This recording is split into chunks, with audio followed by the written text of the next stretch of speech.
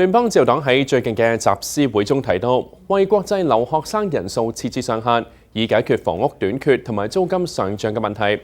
而對於新任房屋及基建部長菲沙而言，咁係咪意味住佢開始推翻以往擔任移民部長時所作出嘅政策？咁作為政府內部係咪存在自相矛盾呢？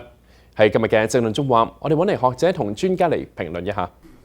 聯邦政府喺2023年招收近90萬名嘅國際學生，係10年前嘅3倍。學生帶嚟更多對房屋嘅需求。聯邦自由黨房屋部長提議設收生嘅上限，不過有學者就話呢一種嘅做法治標不治本。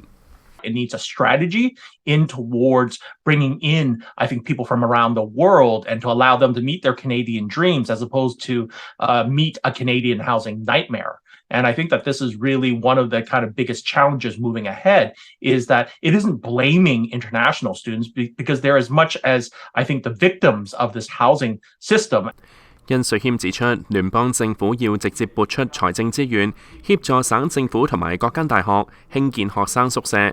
咁至於私立嘅院校大量收生，引致房屋需求增加，就更加要問責各私立院校嘅安排，以維護加拿大教育嘅聲譽。This is not something that just happened like 2-3 years ago. This is something that has been coming for the last 30 years. And I think that this is really, I think, something that will shape who will or will not be prime minister in the next federal election.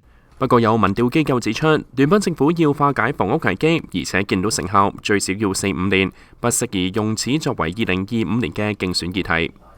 Part of the problem is the over 55 voter who is right now leaning more towards voting for the Conservatives probably already has a place where they live and they don't really care that much about this unless it is affecting their children. So it's not going to be a winning issue for the campaign.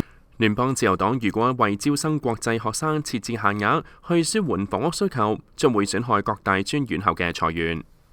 I don't think the government can suddenly say we're going to set quotas on something and the universities are not going to deploy an army of lobbyists to Ottawa and say this is going to affect not only our university but our ability to provide services for students who were born here. Mario Canseco 指出，新任嘅房屋部長菲沙要小心措辭，以免顯得反移民或者係反多元文化，觸及聯邦自由黨支持者嘅基本政治理念。佢又指出，要化解房屋危機，就要推動新移民遷離都會區外去安頓。The propensity of new Canadians to remain within the urban centers. And the urban centers are the places where we're having the housing crisis. If you had a situation where the immigrant had some sort of policy that would motivate them to go to an area that is not heavily populated. 唔同嘅民意調查咧都反映出聯邦自由黨同埋總理嘅支持度都正在下滑。要解決房屋問題嚟挽回民望，就只能夠靠做實事，交出到成績嚟睇啦。好啦，今日嘅政論縱橫就講到呢度。